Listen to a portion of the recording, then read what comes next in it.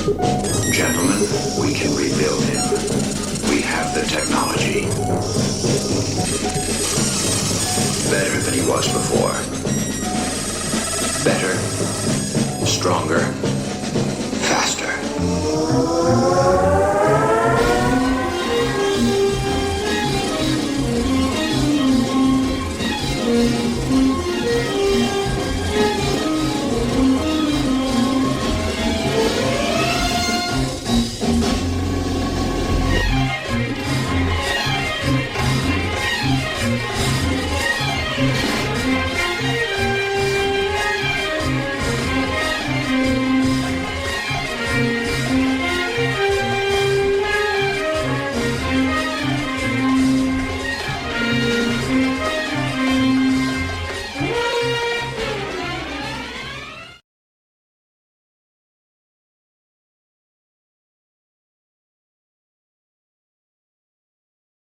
Hello, everyone, and welcome to Canadians with Disabilities and their Allies. My name is Brent Frain. I'm the host. The show is also known as PWD Allies Podcast. Check it out on your favorite app, wherever you find it best suited for you. There's lots of variety of where to check the show out, and I really encourage you to like, subscribe, and share the content. And if you want to donate or you want to be a sponsor, reach out to Neil or myself, and yeah, we just really appreciate all the feedback that we're getting on the show. Today, the show is actually going to be all about our new state-of-the-art computer system in British Columbia, Canada. And I'm broadcasting from Victoria, British Columbia, the capital of BC. And the legislature for the province is actually located right in, well, it's about maybe 15-minute bus ride down there from here. So it's not too far, maybe more in a hop, skip, and a jump for sure. But that's where all the policymakers make these decisions in BC, at the BC legislature, because that's where the state-of-the-art computer system was announced last year, June 21st of 2023. And it was supposed to generate out big payments. I mean, bigger checks. Bigger checks. Yeah. Bigger checks for people on a fixed income, seniors, people on disability assistance in the province of British Columbia.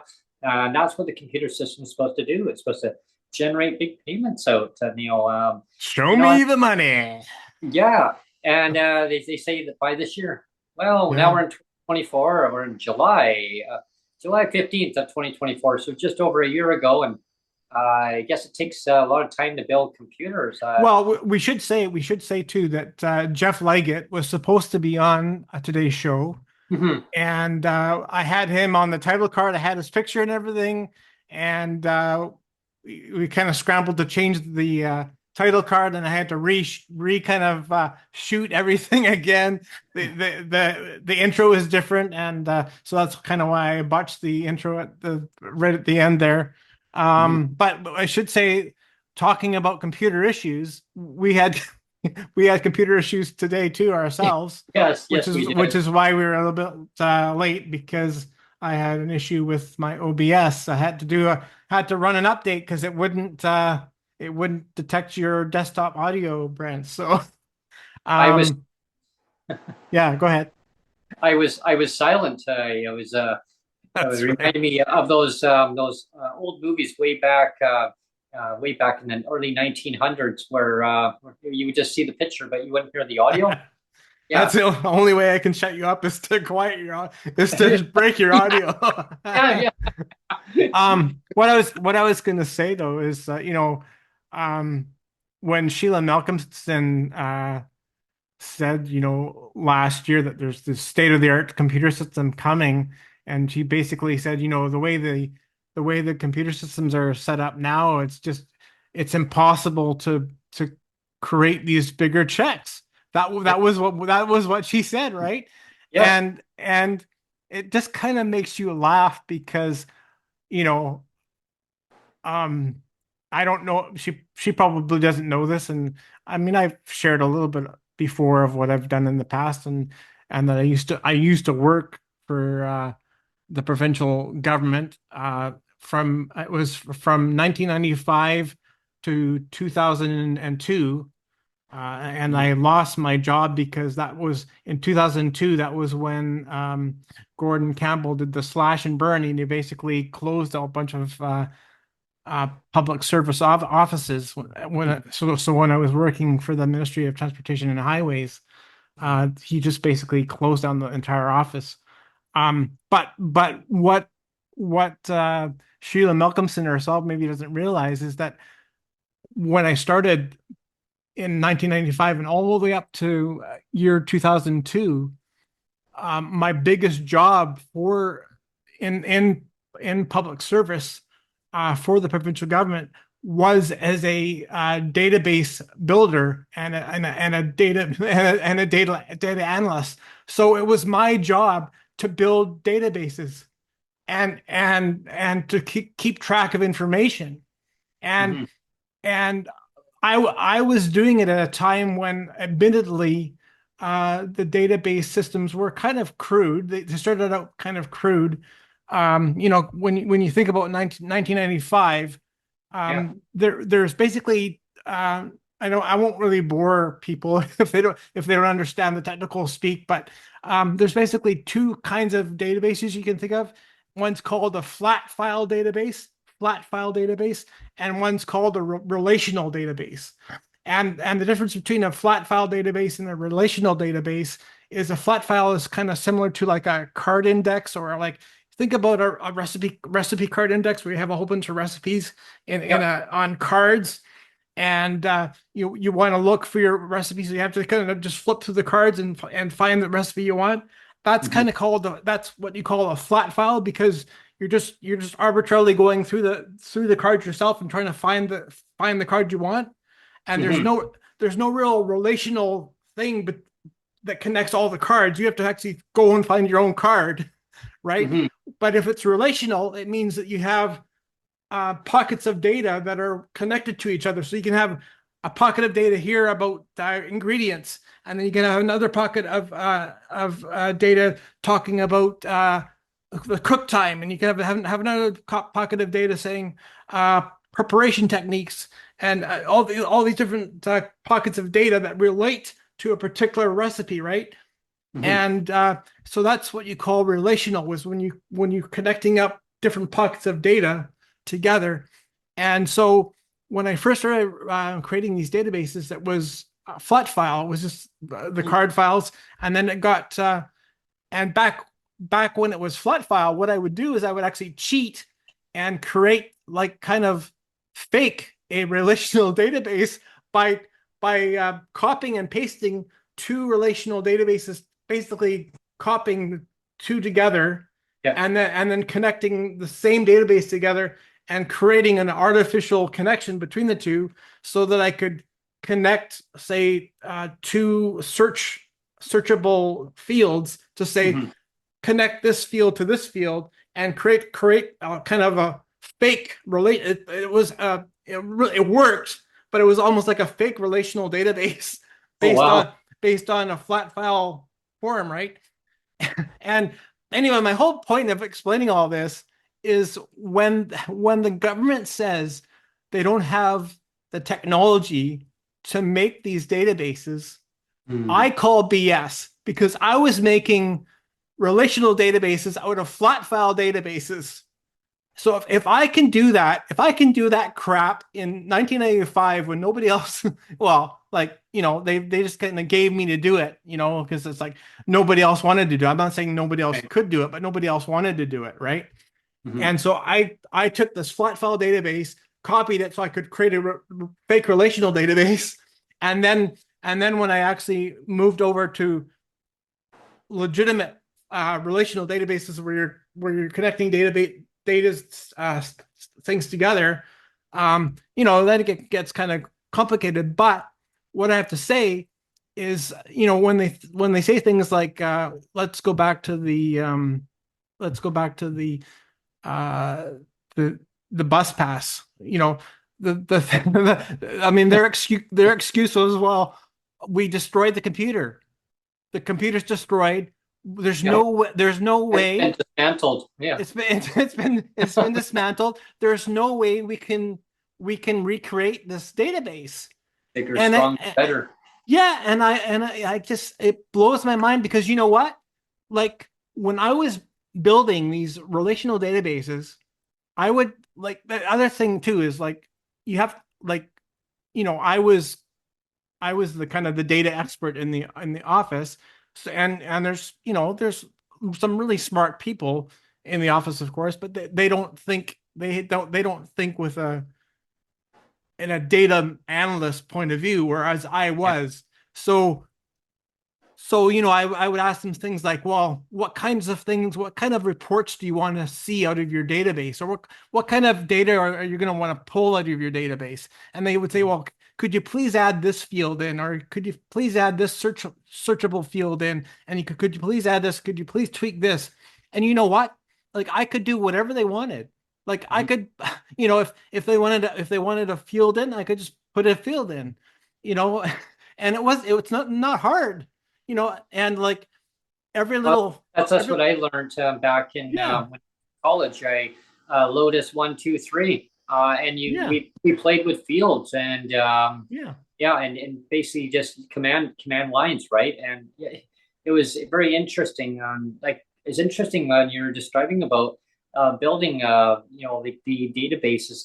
Because way back, I remember way back in like the 90s, the same thing. I used to build computers. I basically self-taught myself a lot of that stuff, and then also in connection with computer shops that I used to deal with at the time, getting computer parts. And so I learned a lot.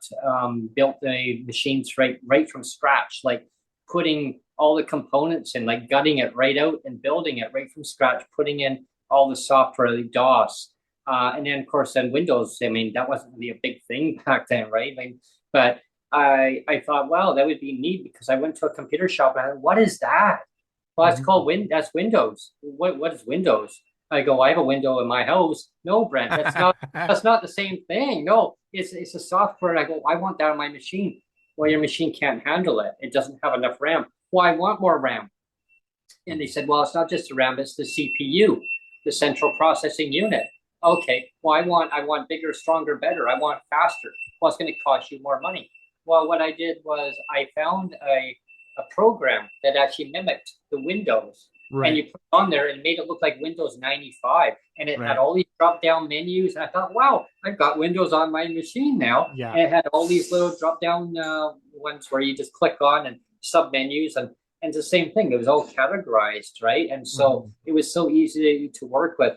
I did programming on the DOS at the time, where I'd kind of go in and make command lines and start editing like batch files. And so I would make my computer restart when I wasn't home. I'd have it dial out to certain places automatically, because I had one of the modems there, state of the art ones, and I wanted something super duper in there.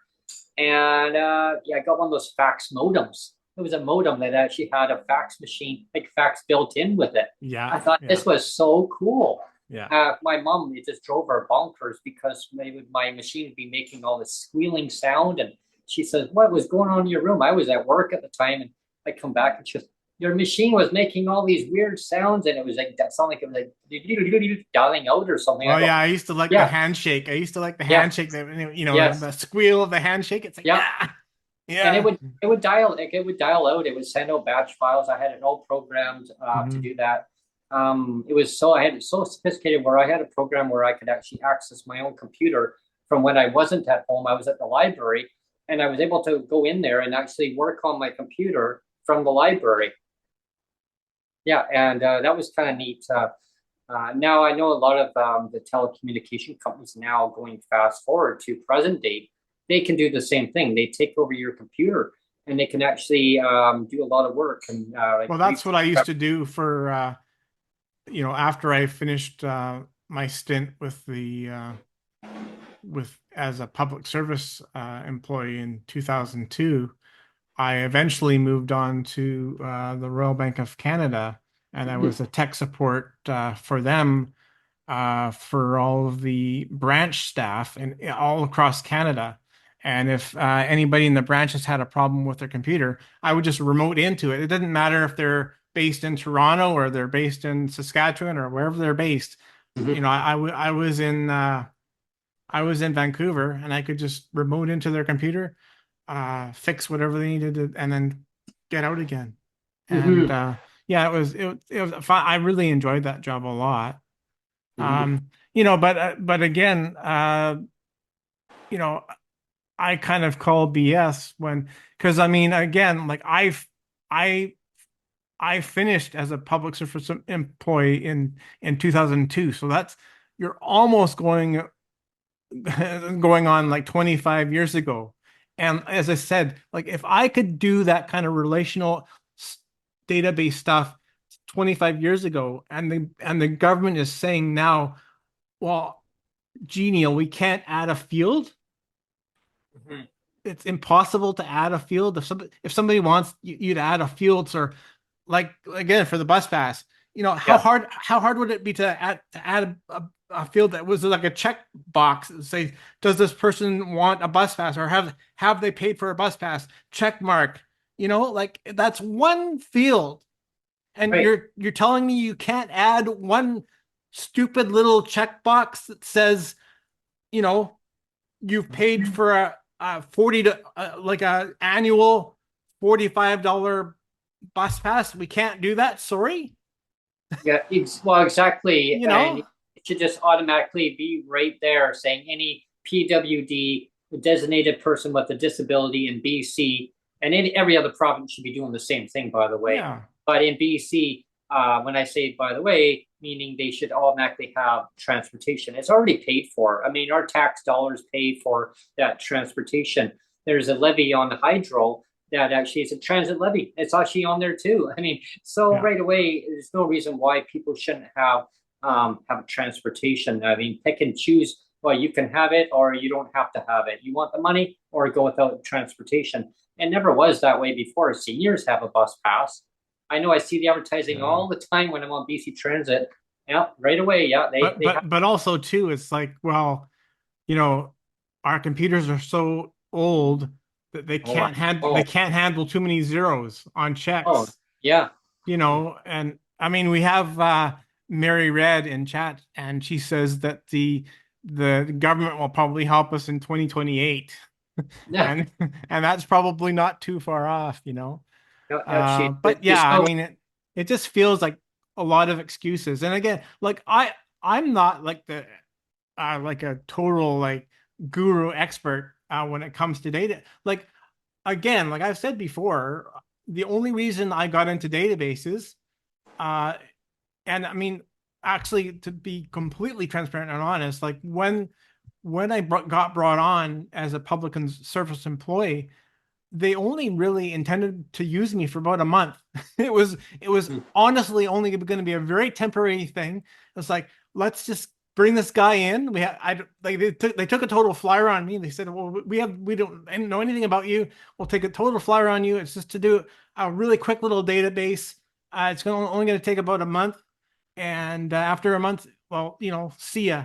And that was what it was going to be. And like 1 month, you know, turns into 7 years because I kept producing what they wanted, right?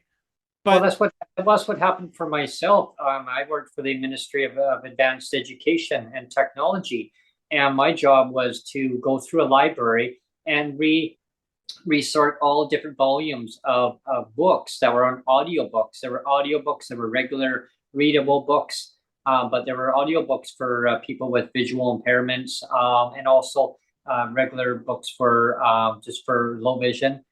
There was books that were larger print. There was ones that had Braille on them for people that are blind or partially sighted, and they use Braille. I also had a database, just a very basic DOS database on it, but way back then. And so I had to correspond it and log on and go on to that and actually work with the information that I had and actually input onto these little floppy disks that way back then, those good old floppy disks. But then they had the hard disks, and so I had a dual drive, and so I was able to copy back and forth. And so I learned a lot on that. Mine, same thing. Mine was supposed to be a temporary job, just for summer just for summer employment, strictly like full-time, Monday to Friday, just for the summer. I did it for 2 summers in a row. I took a leave of absence from my current job in order to do that because I just couldn't be at 2 places at the same time.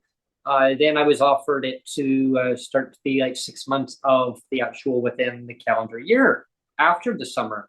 So I talked to, at the time I was talking to my current employer, and I said, well, can I maybe take a little leave and like do certain days with you? And they, because the job wasn't Monday to Friday then, it was actually, I was offered it, but only like for like 3 days and then 2 days at my other job. Eventually I was offered full time. So I started that, and then they, unfortunately, the job became obsolete.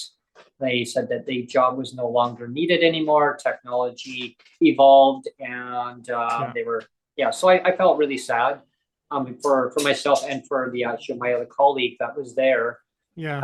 Because he taught me a lot about technology then, and about being on like time management, about organization, and just, even though I was my own boss in a sense, like I was left at like, this is what you're doing, and don't bother if we're in board meetings. If you need something emergency, fine. Well, it was the same thing with me too. It's an interesting time. It was an interesting time because, like, again, we're going back to 1995 when I first started there. It was that I started with the Ministry of Environment. I did 4.5 years there, and I did 2.5 years with the Ministry of Transportation. And it was just a really interesting time because back then, really, like, computers were relatively new, right?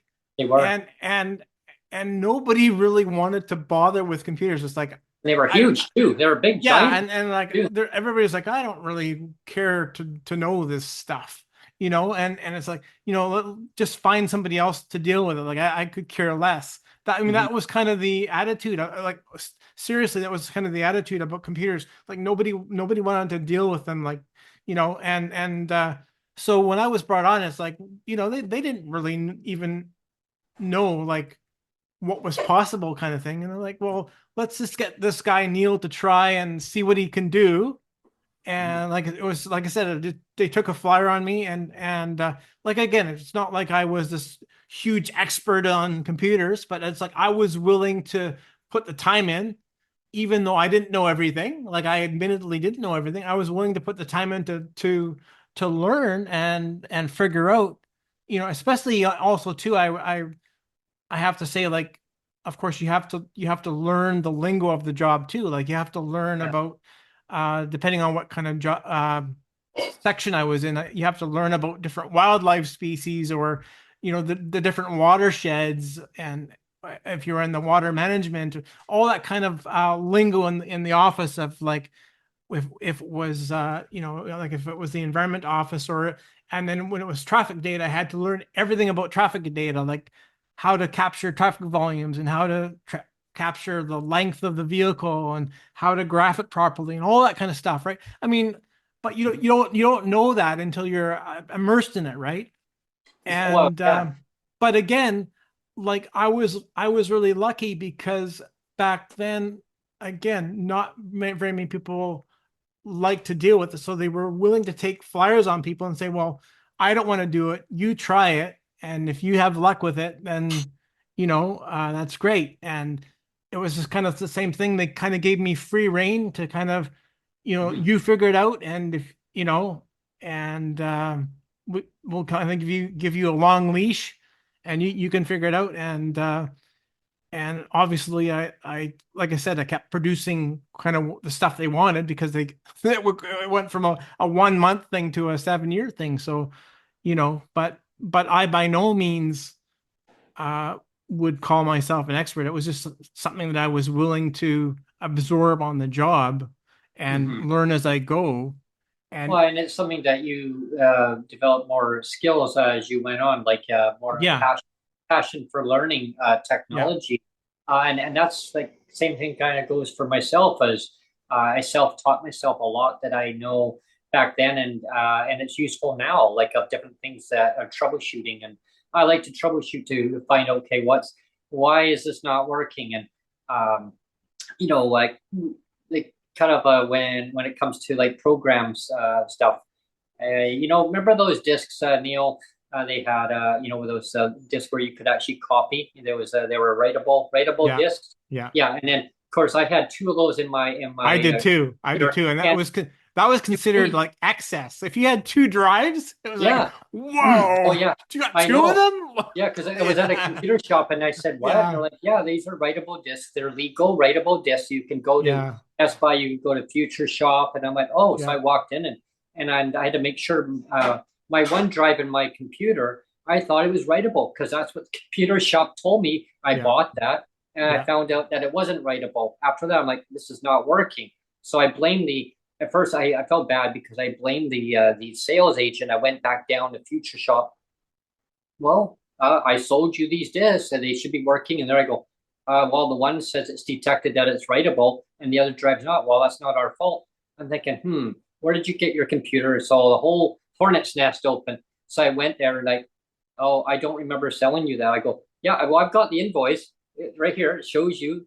Oh, I put the wrong one in. Well, I'll have to leave it with me. It'll cost you $100 for me to swap it out. I go, you know what? How do I do that? That's when I learned. I said, how do I do that then? I said, here. Yeah. So they basically the gentleman swapped the disc. They drive out, gave me the other drive, says, take it home. Otherwise, it's going to cost you $100. I'm like, I'm not paying you $100. That was a lot of money back then. I went home and I did it, and I almost buggered up because the little ribbon inside it was the one. Here's the machine's going. I guess it got too close, and so I learned pretty close to figuring that out. Little peg there and tacked it in so it wouldn't go and rub on there on the spinning mechanism that they have on the drive there, right? So it was kind of neat because that's when I got, like I said, the fax, modem fax one, and I got a really good deal because I got it as a bundle, so I was able to. And I got myself a dot matrix printer when they were when they were like hardly anybody had them, and I got one. I was like, wow, this is awesome. I had one of those inkjet printers too at the time too. The first dot matrix were like amazing. Like all these little dots. And it was neat because so then it was like technology was starting to evolve, and it was interesting because you learned a lot from it. And so fast forward when I heard about this new state-of-the-art computer system, it's going to take time to build it. I thought, well, I used to work with this stuff many decades ago, and I kept thinking about the bus pass when we had this meeting. Like Sonia and Jeff and myself, we had the meeting with Miss Malcolmson at the legislature, and I kept thinking of bus pass. So I thought, same thing. I thought, this is copy and paste, like those discs. I always remember those copy discs ones where you could just copy like the program over to another one and then done. Like the seniors done, because for everybody listening to the audio right now, like once upon a time, what we're talking about the bus pass now. People with disabilities in BC had they called it a $45 a year bus pass. It was in place for a long time, like the 1980s, and it was always in place until 2016, and it became I think it became a political football of saying, hey, the government of the day, and I've actually got into the practice of not doing the blame game on political parties because it really doesn't get anywhere. It's about working together and finding a solution of a policy change that actually benefits people right across the spectrum. It doesn't matter whatever political view that you have.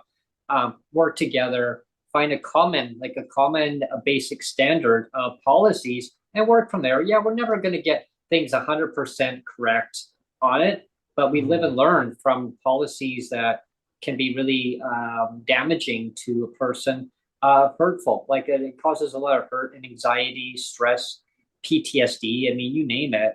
Policies that were written way back when. But when it came to a bus pass, like seriously, I know that I really campaigned a lot, really hard on that. So did Sonia, actually. And there was another lady that Sonia and I, she were helping as an advocate. We really went hard on this bus pass. We we really went hard. I still remember the meeting. I think I showed you a picture, Neil, one time where we were sitting in the BC legislature with the then Premier, before he became Premier of British Columbia. And he didn't know at the time. His minister didn't know. We came in and I said, well, I'm really upset about this bus pass. What do you mean? I said, well, the government right now, the current government took it away. And they're like, we haven't heard anything. You must know something that we don't know. And you know, amazing, they actually didn't know. Like there was, but what I didn't know at the time was there was meetings going on behind the scenes, and he didn't know. He did not know at the time. He hadn't been briefed on that information. So Sonia and I actually got to know before he did. And then all of a sudden he was talking to us, and here's John. Yes. Yeah, we need to talk to you right now. Can you, then we were having a meeting with him in his office, and he goes, can you just talk to, the MLA, and her name is Michelle at the time. So we were talking to Michelle, and John stepped away and he came back. Oh my gosh, you guys are right. I go, what? He goes, you guys are right. They did this. Oh my gosh, they should not have done this. And they did what? Well, their plan was to take away the bus pass, but exchange it where you can have it as an option of paying $52 a month. But they got rid of that administration fee. But here, you can pay $52. I go, why would they change it? Oh, well, because a handful, 6 people, 5 or 6 people. Literally 5 or 6 people. It's not even an exaggeration. It was literally 5 and that or was 6 people. In a rural area of British Columbia, 5 or 6 people said that it was unfair that people in the urban area basically got a bus pass. Well, I mean, we've had a bus pass for decades. And then all of a sudden, 5, 6 people decided they want to change the whole system. So the minister at the time ran with it, went to the premier at the time, Christy Clark at the time. And I don't really like to name out names like that, but went to Christy Clark and the finance minister. And they both said, yeah, this is a great idea. Let's go with it. Yeah. So now we and let's say that it was Michelle Stilwell was the acting minister at the time. Yes. And she's gone on record saying it was her idea. Yeah. She's actually gone on record saying it was fully my idea. She thought it was fairness and equity. So, and it's really puzzling because you think, well, okay, here's a person with a disability. Like, surely you can do better than that. Like breaking something that's benefiting 99.99% of the disabled population, and you're going to break it based on the input you've received from 5 or 6 people in the rural area. It really did not make sense to me that she did that. Yeah, because the part that really just baffles me is that there was public outcry throughout the disability community, and not even just people with disabilities. I mean, their caregivers, doctors, nurses, other practitioners, family members. I mean, you name it. Their relatives. Everybody chimed in on it. Said, restore the bus pass. We advocated hard about it. Now we advocated to get it, reinstated, and still the government ignored all the public feedback about getting that bus pass put back in place, and just let people keep the $52 really. So what they did was they gave the bus pass as a $52 supplement, and they said, well, we give it back. Well, even let's back up a tiny bit though. Like before we transition to the government that took over, the NDP. Yeah. When there was a public outcry on the BC Liberals at the time, when people were saying, "Are you kidding me? Like just put the bus pass back," and their response was, "What was it, Brent? Sorry, we cannot do it because the computer's been dismantled." Yep, that was exactly. We can't do it because the computer's been dismantled, and to that I call BS again. Yep, exactly. And when I heard that, I was livid because right away I went over to Best Buy Mobile, and I was living in Nanaimo at the time, Nanaimo, British Columbia, and so I ran over to Best Buy Mobile. I went over and talked to the Geek Squad, they call them over there, and I was talking about a bus pass, and I was actually having a problem with I had one of the little what do they call them, stick drives. Yeah, working. It wasn't working on my computer. Well, the person said, "Well, it's not working on your computer." Well, because there's a problem with it. So he took it apart. Well, what he found was there was a bed bug that was actually was fried inside. It got inside the little mechanism that goes in the computer, and for some reason it got fried right inside of A it. computer bug. Yeah, a computer bug. A little. That's what he computer called it. bug. That's what he called it, a computer bug. He says, yeah, yeah, definitely, that sucker is cooked. Oh, yeah, you really fried that one. But we got a good laugh out of it at the time. I just said, well, it brought back a lot of nightmares because, yeah, we had lived in a place that had bed bugs, and I guess somehow over time, I guess it got in there, and I just left it inside my computer. I must have put it in there, and it couldn't get out, so it got fried. Because that thing was pretty hot too, that little pen drive. But anyway, so long story short about the bus pass was, I said to them at Best Buy Mobile, how difficult is it to copy from disk to disk? I said, because I said, I used to work with that stuff all the time. He goes, Brent, who are you talking to here? I mean, this is Best Buy Mobile. We work with computers all the time.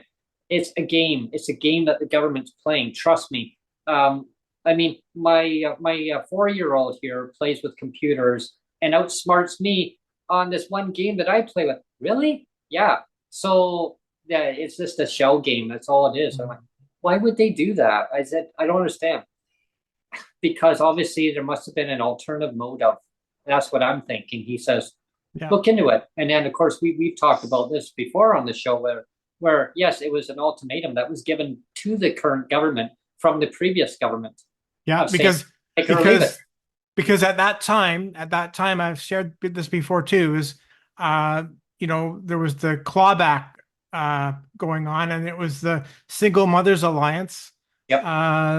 Vivica Ellis, she was working for the Single Mothers Alliance at the time, and they took the they took the Social Development Ministry to court. Mm-hmm. And they won based on it was the for parental supports for children, like for divorced parents. They were clawing that back. Terrible. And anyway, so the Single Mothers Alliance took the province to court and won. And so I got part of my survivors pension was restored, but just the portion that supports my son. So it's like $230 or something, and and there's still like $500 of it is still clawed off, because as the parent that's supporting my son, I don't deserve any money. It's only my son that deserves his little portion. Anyway. So, but when that was going on, the club or the bus pass fiasco was happening at the exact same time, and that was when I was in really close communication with Sam Sullivan, actually, right. And he actually was really good, because he actually said, just text me anytime you want. He gave me his direct cell number. His personal cell number, that I could just text him whatever I wanted, and he said, make sure that that I if I'm not responding back to you about updates, reach out to me and I'll get back to you. So I would always set every few days, I'd say, well, how's it going, kind of thing, and he'd say, well, the higher ups aren't really telling me anything, and they've gone quiet, kind of thing. Oh, and all this kind of stuff. Relating to the clawback, I should say, not the bus pass. But I could tell that he was getting a lot of heat from the internally in his own party of why are you doing this, Sam? Like, you're going to be costing us money by reversing this clawback. And anyway, through that, where I got part of it restored, I also asked him about the bus pass. I said, what's the deal with the bus pass? And he basically said that everybody in the party had a gun to their head. we talk about party whips, like party whips are a real thing. All these kind of internal games that are played within the party, like private conversations, it's a real thing. So it doesn't surprise me when John Horgan at the time said we had no idea. Yeah. Because Sam Sullivan himself told me, and he was part of the party. He was part of the inside circle, and he said none of us had any idea until basically the 11th hour, or what do you want to call it? It was just like thrown on people at the 11th hour, gun to your head, like do this, vote on this, yes or no, and that was kind of what it was. Yeah. And so it's no surprise that kind of went on, right? Or that I should say that John Horgan and the NDP, the opposition party, had no idea, because there's all the secretive stuff that went on. Yeah, and that goes on with a lot of the parties. Like there's a lot of the party whips that they'll keep it silent, and it's like they have to do votes on stuff. And sometimes in life, things that make sense are being fair, maybe are fair, and there's other times that things aren't fair. And I think that really stems down to also about the Canada Disability Benefit. And Jeff will be talking more when we have him on about that. Yeah. Because there's a huge fallout right now with that. We'll just kind of branch a little bit about that. Because it kind of stems with the state-of-the-art computer system that BC is supposed to be rolling out, big payouts. And I think BC was actually hoping that the federal government was going to kick out that the historic payment for the Canada Disability Benefit to all the provinces, to all the people with disabilities that are medically assessed and designated as a citizen in Canada with a disability, 1.5 million. And with that Canada Disability Benefit, I strongly believe that the provinces were actually waiting on that payment to come through. And that's why they didn't want to give anything in this BC budget this year. $0. People ask me, what? That makes no sense. One of my neighbors even asked me this morning, because I said, we're going to be talking about this on the show. And said, what do you mean they gave no money? I go, they gave no money in this year's budget. Why? Did the cost of living not go up? Of course it went up. And they goes, I'm just joking with you, Brent. I go, well, yeah, cost of living's gone up. Rents are skyrocket. Everyone knows what all the crises that we're going through. I'm not going to do the blame game of what party didn't do something or the other party didn't do something. But there's so many crises going on. And why, it makes no sense why you didn't get a rate increase, because our rent went up. We got a rent increase. And my landlord keeps saying to me every so often, well, remind the government. You got a rent increase. Why didn't you get an increase by the government? Did cost of living go down? I go, no, it won't go down, Rent. Rents never will go back down to historic rates of, I said, well, I remember way back memory lane of, rents like $380, $420, for a bachelor, one bedroom. You could not really find too many of them at $420, but I do remember $465 at a one bedroom. Yeah. Wow. And I thought, wow, that seemed kind of high at that time. And, I was doing a paper route. And, but yeah, that goes now, if you look back, wow, that would have been cheap, right? Well, let's be, buying power was really good. Get more bang for your buck back then. Yeah, and let's be fair though a little bit to Sheila Malcolmson, because again, if we back up the tape to about a year ago, that's when you and Jeff had your meeting with her. Yeah, was June 21st. Was roughly a year ago, right? Yeah. And back then she was talking about that she was having personal meetings with the federal government. And she says the federal government is talking about the market basket measure, the poverty level market basket measure. That's what they're targeting, is the poverty level of market basket measure. So for here in BC as an example, the market basket measure is roughly around 20 between $2,100 and $2,200, right? It's a little bit higher now, but yes. Okay, sure. so let's just do some rough math and say, like, right now here in BC, if you get your full check as a single person, it's $1,500 a month, all in, right? Oh yeah. And if you don't get the bus pass, Yeah, 1483.50 if you don't get the bus yeah, pass. yeah. Without supplements added on. Yeah, so if you were going to bring it up to the poverty level of 20, so let's say $2,200, that means you need an extra $700.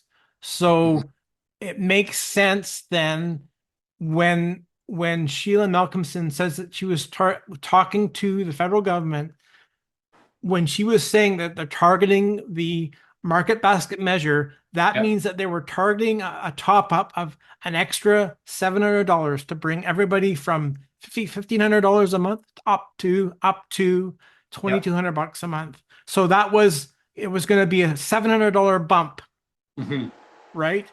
Yeah. That is what she was expecting. That was what everybody in the whole disability community was expecting, was around a $700 bump. Yeah, exactly. You know, and that's what a lot of the advocacy groups and people with disabilities, self-advocates, thousands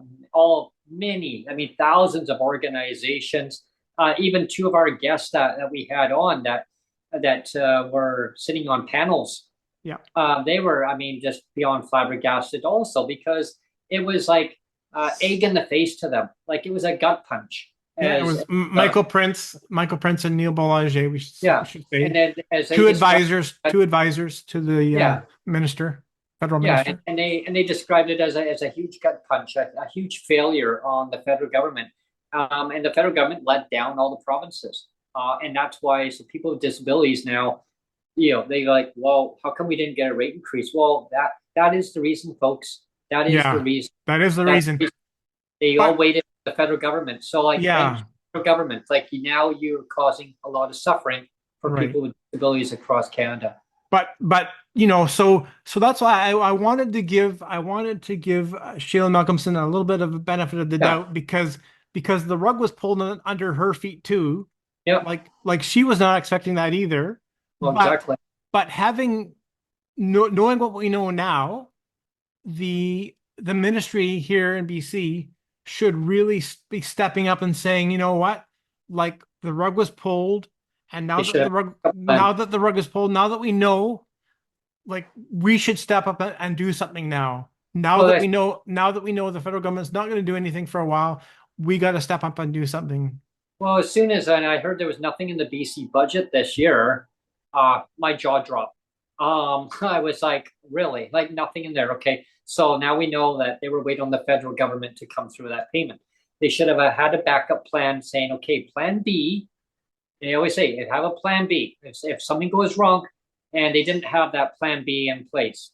Plan B should have been, okay, if the federal government doesn't do this, and I had a feeling that the federal government was going to bugger this up somehow. Somehow. I didn't know to the extent that only up to 25,000 people may get up to $6.66 a day. Now that's completely just, I almost want to vomit when I hear that, because it's just sickening. Like up to, and maybe the ones with the DTC may get that, but now with new regulations, which Jeff Leggett will be talking about on our show coming up, so I won't take all the wind away from the sail there on that, because we'll be getting into that. However, they say the provinces should have a backup plan and saying, okay, if the federal government doesn't do this, we're going to give them an increase, and also tie the rate to inflation. So at least put an amount in there. For sure. Like last year, in BC, 125 went to some people with disabilities, but not all. The ones in subsidized housing, they got $0. So wow, they got no money. In my view, they should have got money. They should have been evened right out across. Like, so what if some people got a little bit more and other people didn't? I mean, like, are we pegging, government, are we pegging disabled against disabled, like have and have nots? Like, we got to stop doing that. Like, it's not working. Apparently they are. Yeah, that's old school, and even old school wasn't working. Talking about old school, I don't know if you noticed that I'm wearing my Atari shirt, right? Yes, I love that shirt. And as preparation for this show, we always talk a little bit before the show. And, we were talking about the newfangled state-of-the-art computer system. And I said, Yeah. maybe the province should be rolling out the Tandyvision 200. You remember the Tandyvisions from Yeah. RadioShack back in the day Oh yeah. like I think it was like the very early 80s. They had the Tandyvision 200. I actually had that one. I had this one where it came out, had a hard disk and a floppy disk, and the picture quality on it, like it was color, and they had a lot of them were all black and white. This one I had was color, and I actually won that actual computer through the Rotary Club. Through the Rotary Club. Yeah, wow. I was actually given one of those, and it was actually through a student excellence program. And so I was awarded that one. I was just so happy. And they put it in my classroom for me. Everyone's like, what? Well, how come he has that? And so that was like, it was good. But then what the school was said, well, we don't want to have any favoritism. So we're going to take that computer and we're going to put you into a different room where you can now use that computer. I'm like, no, I don't want to go into a different room. I want to be with the rest of my classmates. And I felt it as segregation. And I mean, going forward, I look back at that, and it was called segregation, and I didn't like that. And so when I look at as how the governments are saying have and have nots, I think back at past experience, lived experience of growing up, going through high school, and not always having the proper supports. I was grateful because I had a representative from the CNIB who actually came to my school and helped me with large and basically enhanced print because I was not able to read on the overhead projectors onto the walls. Like it was just too tiny for me and what they were putting out for the class. And so they would enlarge the stuff for me, but then I would get lost on the paper. Like it would be so like trying to put it under a machine. And I was just like, it's like, say you're using an iPad like I am right now. Imagine having a square window, but having a big giant piece of paper and having to keep scrolling across. I'd be like losing track where I was. And so the school got frustrated too, because they're like, well, you're losing track of where you are, you said. I go, yeah, like I want to be able to read just like everybody else. And I'm like, okay, so why don't we make it better for everybody in the class? And so I came to an agreement. I said, okay. I said, what are your ideas? And I remember back and everyone was happy. So what they did was they enlarged it and they put it on the overhead on the chalkboard. For everyone, yeah. Everybody got to actually see it enlarged. Yeah. And I said, can you see that, Brent? And I was sitting in the back of the class. I can see it. Perfect. Yeah. So it's all inclusive. So I actually taught them because I said, well, if maybe make it bigger. I don't know. How do we do it? So I guess they must have had a meeting and they made it bigger. So I actually taught them something and it worked good for everybody else. And so what I'm doing as advocacy going forward is that, some people will, they used to mock and say, oh, wow, he's trying to tell people that this is best for everybody. Well, no, what I'm trying to tell you is kind of what we just finished talking about on the podcast is that sometimes there are party whips within, well, not sometimes, there are party whips within each party.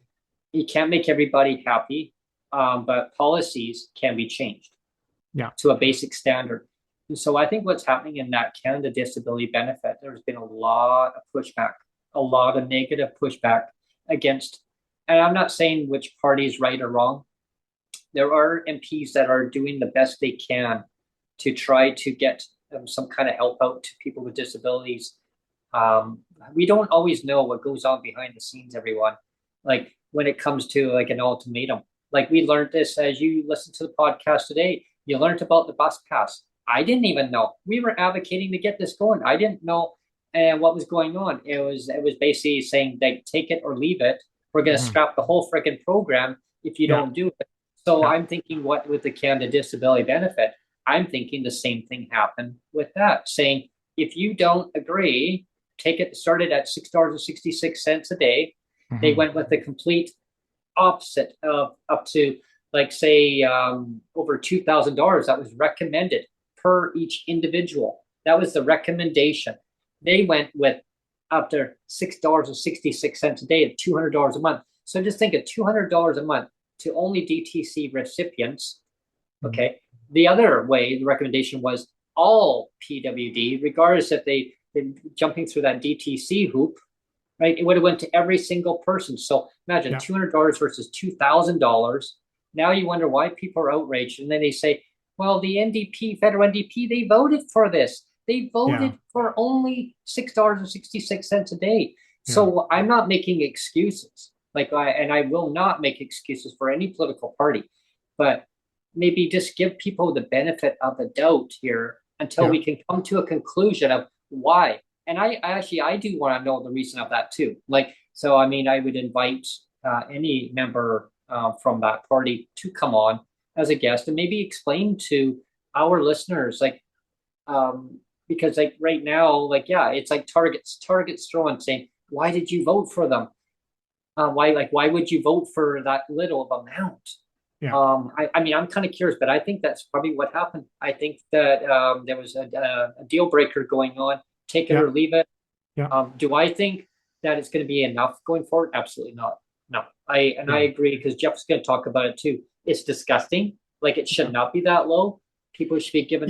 We've been getting some feedback, or you've been getting some. I'm not on Twitter anymore, but you've been getting some feedback of why haven't we been talking about the regulations that have just, because the federal government's asking for more input now, and input that they already know. Yeah, that was my input back. I said, well, it's because the federal government already has all the input from the first go around.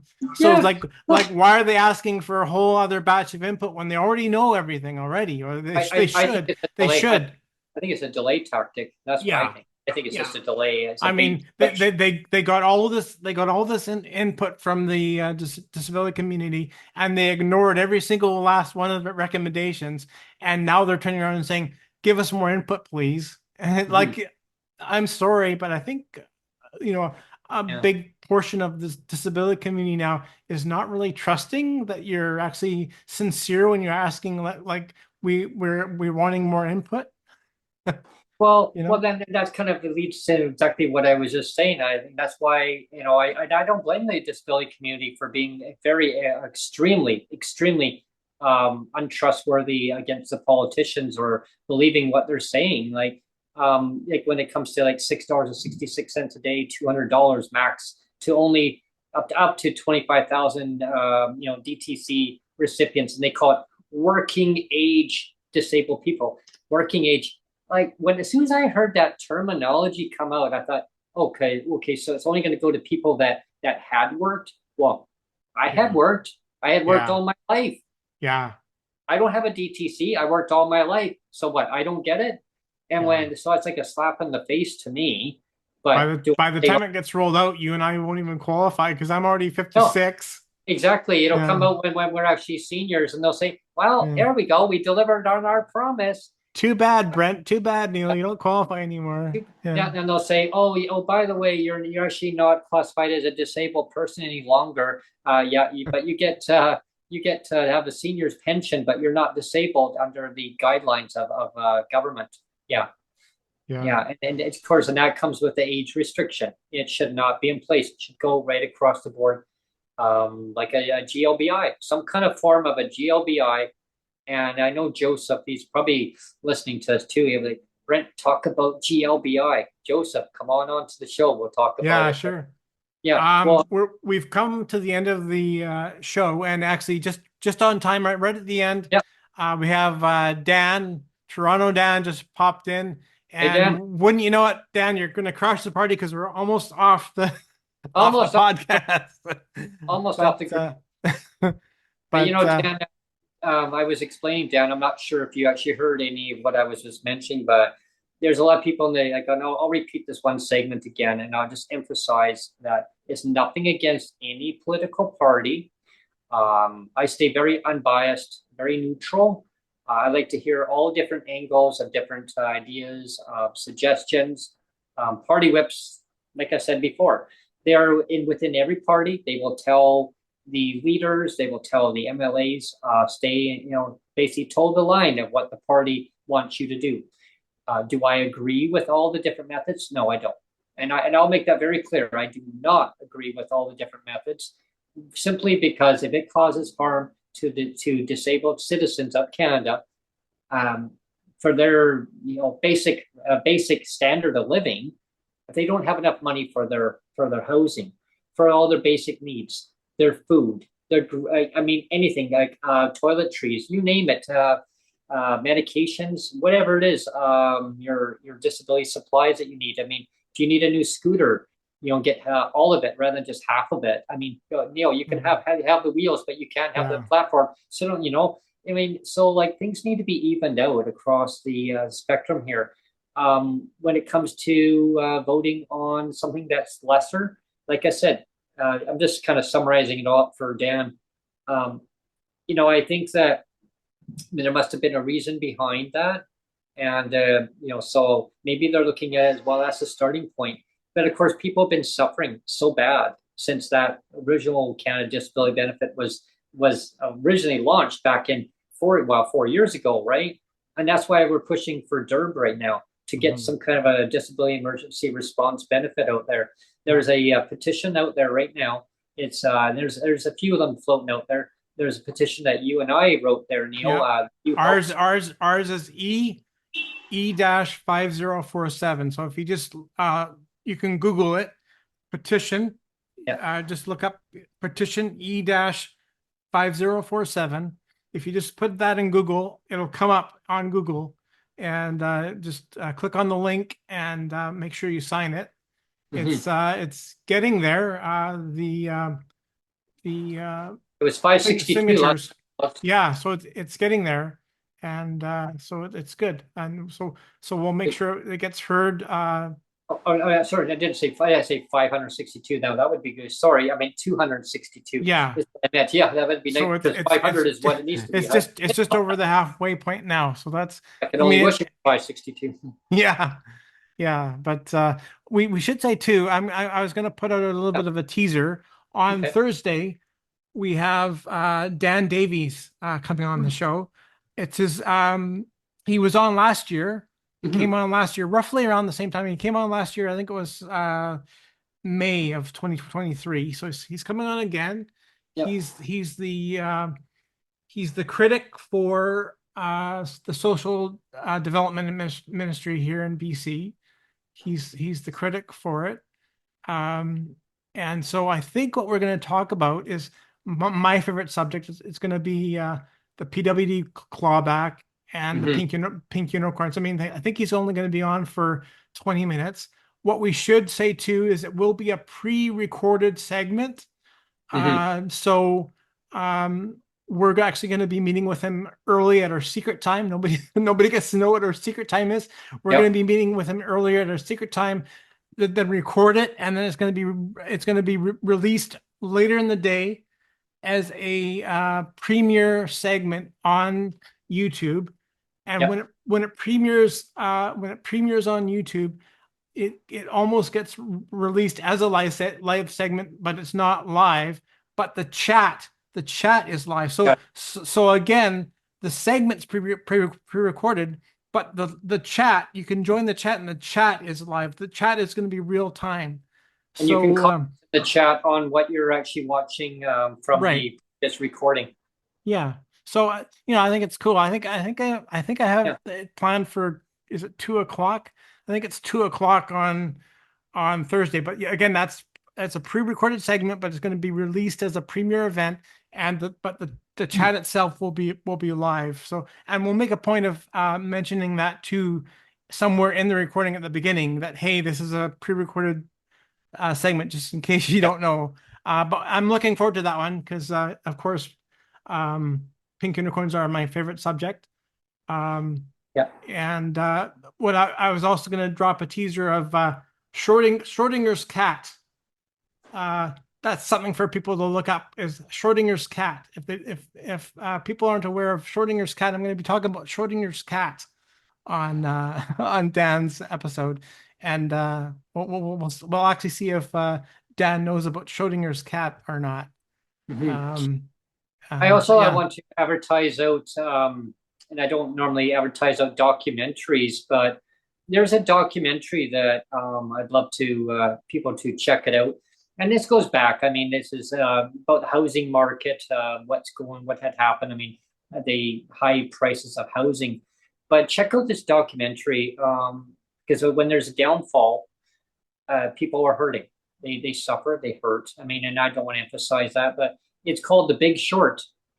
Check out The Big Short because there's a lot of parallels of what's happening now. And that was in the U.S. though. The U.S. took a really bad brunt during the housing crisis back in 2008, like 2008 there. And they never really fully recovered 100% from that. Canada did have the spillover, not to the same degree back then. Now, with the housing prices right now, they are so high.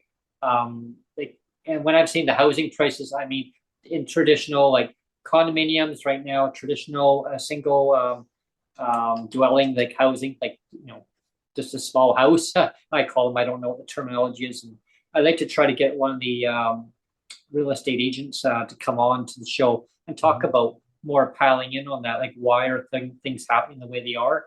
But you're looking at rent prices. I mean, it doesn't matter where you look across Canada right now, Neil. I mean, they are outrageously high. There's no reason why a place built way back in the 1940s should be charging over $2,000 a month for for housing. It makes no sense. It's just opportunity knocks. And then again, like I and Sonia, we really want to move away from this area. Beautiful area, but we want to get something a little bit more up to date. And there's other reasons why we need to move out of this area, back to our hometown, right? Because that's where I grew up, and government always kept saying before people should be able to live and be in the community that they want to be in. Well, we want to be in, but we got priced out because again, you didn't listen to people with lived experience. Right? I explained that on the news hour. I explained it over and over and over. Again, I don't know what happened, but and I mean, I always say that, in my case, again, the clawbacks, I say they are discriminatory, and I think they are. And I think I have a good case that they are. But they are. But even if you say that they're not, even if you say that they're not, at bare minimum, you have to say that they're unfair. Like I've mentioned now quite a few times this idea that, imagine if McDonald's was only putting out hamburgers for 12% of the customers and then turning away like the other 88%. Well, that's exactly what BC Housing does. Yeah. BC Housing says, here's subsidized housing for 12% of you. And oh wow, we've run out now, so too bad. And the thing is though, it's always the same 12%. It's not like it's a randomized thing of like, it's not like like you can say, well, it's unfortunate if like, let's say you go to McDonald's and they have a problem with their ice cream machine and it's like busted and nobody can get their ice cream, and you can say, well, that's unfortunate. That's unfortunate that happened, but it's kind of a one-off. But the thing about BC Housing is it's not a one-off. It's like the ones that are being targeted all the time consistently get targeted all the time and shit on, and the ones that are like I've said are the kind of the upper echelon that are getting that 12% housing. Yeah, I mean they're fine. But too bad about the other 80% that are always getting screwed. And that is why it's discriminatory. It's not just unfair. Then it becomes discriminatory because you're always targeting the exact same 88 to 90% of the population. It's always the exact same percentage, or the same group, the exact same group. But the government looks at it as it's fair. They look at it as there's not a problem there. It comes down to their choice. It's just unfair. It's not discriminatory, even though we're targeting the same people. It's not discriminatory. Yeah, it's all about choice, right? It's all about the pink unicorns. I mean, it's we even it all out. Anyway, I think we've rambled on a lot enough. Brent, It's all good. we can sign off. I hope All right. Well, I hope people enjoy the new intro. yeah. It's It was a one-off intro. I'm not going to do the same one again, but it's all about the state of the art, state of the art computer system and what really happens behind the scenes with governments. And I going forward, before we sign off, I just want people to understand that doesn't matter who you vote for, right? Focus on the policy. Who has your best interest when it comes to policy as a person with a disability? Ask these questions when the leaders come to your community across Canada. Ask them, what are you going to do if you get elected, and hold them accountable? What are you going to do? I want to know your plan. What are you going to do to lift people out of poverty up to a standard of living? Will you implement that in? Or however you want to word it, but get your voice out there and make your voice be heard, and say, if you do that, maybe you'll vote for them.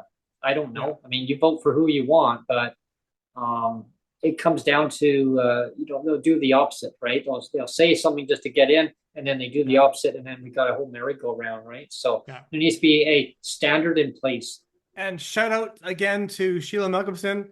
We're still waiting for the Tandy 200. The Tandyvision 200.